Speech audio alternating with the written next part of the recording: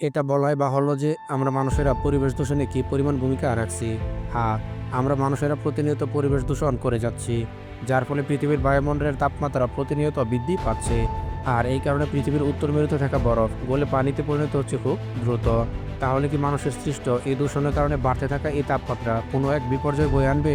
না, ব্যাপারটা ঠিক উল্টো। তবে কি আমাদের জন্য অপেক্ষা করছে কঠিন কিছু? আমাদের করা এই পরিবেশ দূষণের ফলে পুরো পৃথিবী এক ভয়ঙ্কর ঠান্ডার কবলে পড়বে। কি শুনে অবাক হচ্ছেন? অবাক হবারই কথা। আমরা অনেকে হয়তো আইসিস কার্টুন বা গেম অফ থানোসের টিভি সিরিজটি দেখেছি। টিভি সিরিজটিতে উইন্টার ইজ কামিং বলে একটা কথা প্রায় ব্যবহার করা হয়েছে। আর সেই উইন্টার বলতে ১০ থেকে ১৫ বছর যাবৎ চলতে থাকা কোনো শীতকালকে বোঝানো হয়। বাস্তব পৃথিবীতে গেম অফ থানোসের মতো একটি শীতকাল আসতে পারে বলে ধারণা করে বিজ্ঞানীরা। আর এই লম্বা সময়টাকে আইসিস বলা হয়। এই সময়টা এতটাই ঠান্ডা হয়ে যাবে যেন আপনার মনে হবে আপনার শরীরের রক্ত পর্যন্ত বরফ হয়ে যাচ্ছে। এখন আপনার মনে প্রশ্ন আসতে পারে, মানবজাতি তো দূষণের মাধ্যমে প্রতিনিয়ত পৃথিবীর তাপমাত্রা বাড়িয়ে চলেছে, তাহলে আইসিস বা এমন ঠান্ডা কিভাবে আসবে? এসব কিছু জানতে হলে আমাদেরকে আইসিস সম্পর্কে একটু ধারণা নিতে হবে। আপনারা অনেকে হয়তো ভাবছেন আইসিস হলে একটু বরফ পড়বে, শীতকালের মতো ঠান্ডা পড়বে, এই আর কি। কিন্তু না, এই আইসিস আসলে এমন হালকা কিছু না। এটা কোনো শীতকালের সিজনও না যে ১-২ মাসেই চলে যাবে। পৃথিবীর ইতিহাসে এক একটা আইসিসের সময়কাল ২০০ বছর থেকে ৫০০ বছর পর্যন্ত হয়ে থাকে। আজ থেকে প্রায় 2.4 মিলিয়ন বছর পূর্বে পৃথিবীতে আইসিস এসেছিল। আর সেই আইসিস পৃথিবীর ভূপৃষ্ঠ প্রায় ৪ কিলোমিটার বরফে ঢেকে গিয়েছিল। পৃথিবীর প্রাণী এবং গাছপালা সবকিছু নিশ্চিহ্ন হয়ে গিয়েছিল। অর্থাৎ ৪ কিলোমিটার বরফের আস্তরণে সবকিছু ঢাকা পড়ে গিয়েছিল। এখন আপনার মনে প্রশ্ন আসতে পারে যে এমনটা কী করে হতে পারে? তো চলুন জেনে নেওয়া যাক। মিলন কোভিস নামক একজন বিজ্ঞানী মিলন কোভিস সার্কেল বা মিলন কোভিস থিওরি জন্ম দিয়েছে। উনি সব তথ্য প্রমাণের সাহায্যে দেখিয়েছেন পৃথিবীতে আরও একটি আইসিস ডে আসছে। আর তাই এই থিওরিটি খুবই সহজ ভাষায় বলতে গেলে এভাবে বলতে হয়, সৌরজগতের এমন চিত্র আমরা ছোটবেলায় হয়তো সবাই দেখেছি, যেখানে পৃথিবী সহ অন্যান্য গ্রহ সূর্যকে প্রদক্ষিণ করে ঘুরছে। গ্রহগুলো সূর্যকে প্রদক্ষিণ করে ঘোরার পথটা একদম গোল, কিন্তু গ্রহগুলো সত্যকার অর্থে সূর্যকে পুরোপুরি গোল হয়ে ঘুরে না।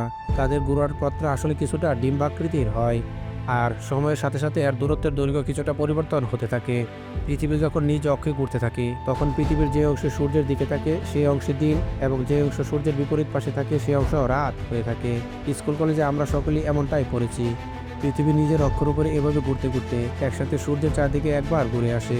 আর সূর্যের চারদিকে একবার ঘুরে আসতে পৃথিবীর সময় লাগে ৩৬৫ দিন, যেটাকে আমরা ১ বছর হিসেবেই জানি।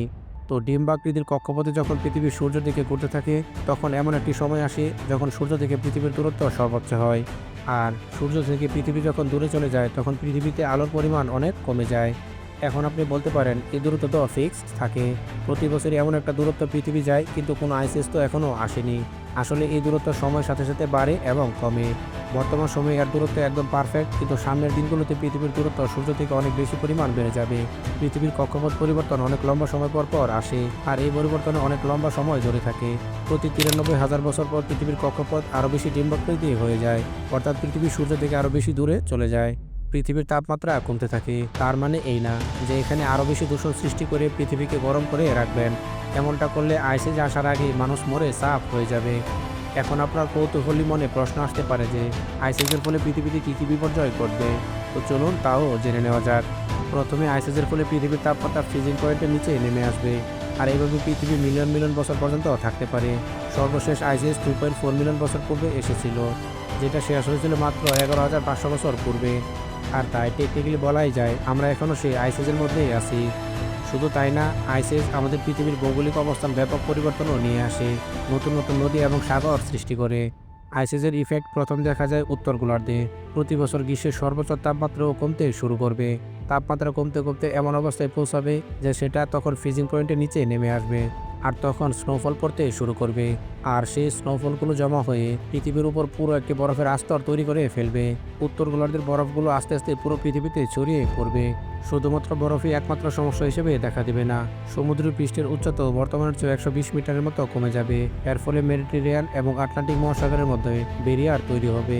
ফলে পৃথিবীর যে অংশগুলোতে বরফ জমেনি সেগুলোতে গ্লেসিয়ার, নদী এবং অতিবৃষ্টির পানির বন্যা হবে। এমনকি কিছু কিছু নদীর গতিপথ পাল্টে যাবে। এসব পরিবর্তনের ফলে ল্যান্ড ব্রিজ তৈরি হবে, ফলে রাশিয়া আলাস্কার সাথে মিশে যাবে।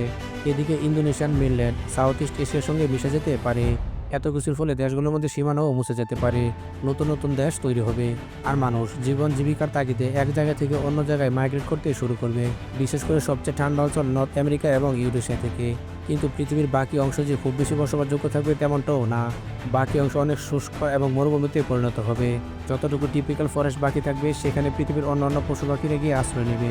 খাবারের জন্য তাদের মধ্যে অনেক বেশি লড়াই শুরু হয়ে যাবে। এখন প্রশ্ন আসতে পারে, মানুষের তাহলে কি হবে? আসলে বিগত আইসিজে আমরা মানুষেরা নিজেদের মতো করে মানিয়ে নিতে পেরেছিলাম, আর এর জন্যই সার্ভাইভ করতেই পেরেছি। নতুন নতুন ল্যান্ড পিসগুলো আমাদেরকে পুরো পৃথিবীতে সরে পড়তে সাহায্য করেছিল। ফলে আস্তে আস্তে যখন বরফ গলতে শুরু করে তখন আমরা ফার্মিংও করেছিলাম। যদিও এবারের আইসিস বিগতবারের আইসিসগুলো থেকে অনেক বেশি মারাত্মক অবস্থার প্রত্যাশা করছে, কিন্তু এর মধ্যেও একটি ভালো খবর আছে আমাদের জন্য। বিজ্ঞানীরা ধারণা করছে গ্লোবাল ওয়ার্মিংয়ের ফলে বাড়তে থাকা পৃথিবীর তাপমাত্রা হয়তো আইসিসকে আসতেই বাধা দিবে। অথবা এভাবেও বলা যায়, যেহেতু 2.4 মিলিয়ন বছর পূর্বে পৃথিবীতে আইসিস এসে গত 11,500 বছর পূর্বে বিদায় নিয়েছে, তাই নতুন আইসিস আসতে আরও বেশ কিছুটা সময় লাগতে পারে। অথবা বাড়তে থাকা গ্রিনহাউস গ্যাস এবং কার্বন ডাইঅক্সাইডও আইসিসকে ঠেকিয়ে দিতে পারে। গ্লোবাল ওয়ার্মিংয়ের ফলে পৃথিবীর তাপমাত্রা অনেক বেশি বাড়তে পারে। জমে বরফ হওয়ার চেয়ে এমন গরমে থাকা অনেক ভালো। তবে আমাদের মানবজাতিকে খেয়াল রাখতে হবে যে গ্লোবাল ওয়ার্মিং দিয়ে ঠান্ডাকে রোধ করতে গিয়ে যে গ্লোবাল ওয়ার্মিংয়ের গরমে যেন আমরা পুরো ছাই হয়ে না যাই। তো বন্ধুরা, ভিডিওটি কেমন লাগলো নিচে কমেন্ট করে জানাতে ভুলবেন না। তো দেখা হবে খুব শীঘ্রই নতুন আরেকটি এপিসোডে।